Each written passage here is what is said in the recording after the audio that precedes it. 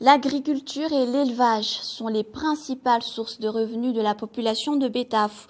En raison de leur précarité, les familles sont confrontées à des problèmes financiers à chaque rentrée scolaire.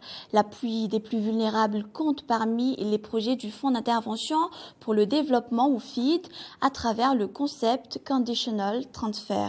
Reportage. Le FID s'est focalisé sur la protection sociale après la crise. Mis à part les projets Travail contre argent, le FID lance le projet PERSAPS, un projet de sécurité alimentaire et de protection sociale.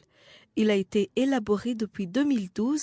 La Banque mondiale a octroyé un financement à hauteur de 22,8 millions de dollars pour sa réalisation.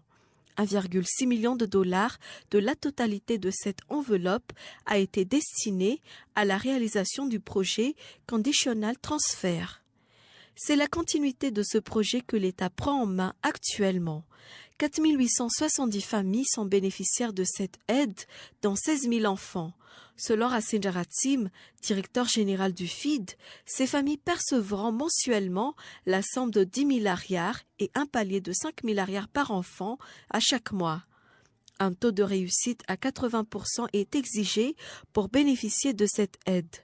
Raswan Ndassana Blandine, la mère d'une fratrie de 7 enfants, compte parmi les bénéficiaires de ce projet. Face au manque de ressources, 3 de ces 7 enfants ont abandonné les bancs de l'école.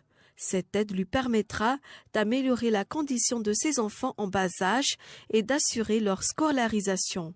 Ce projet lancé à Betaf n'est qu'un début. Le FID envisage de l'étendre dans tout Madagascar.